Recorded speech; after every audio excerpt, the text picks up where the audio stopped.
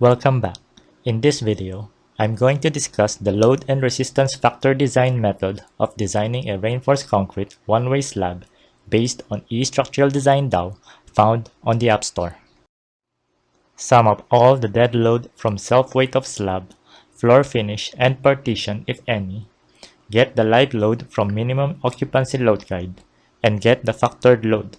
Check the assumed thickness from the minimum thickness on the given table for deflection control as specified by the ACI code. Enumerate input parameters required. Name of slab like S1, CS1, length of span, slab thickness, main bars with size and grade, temperature bars with size and grade, strength of concrete, and design loads.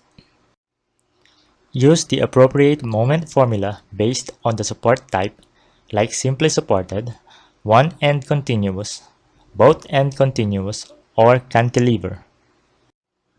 After solving the maximum moment, get the concrete beam design ratio Rn, then follow the reinforced concrete ratio raw, and check against raw minimum from ACI requirement.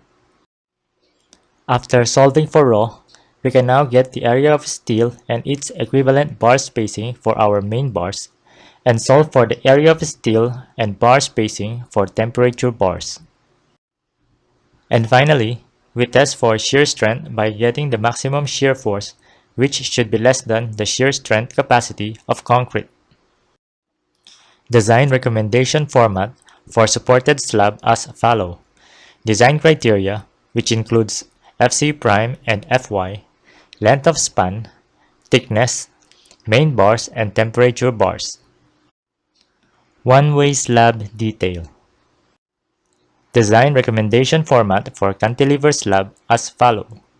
Design criteria, length of span, thickness, main bars, temperature bars, and optional bottom bars. Thank you for watching. If you find this new lecture series helpful, please like, share, and subscribe to this channel.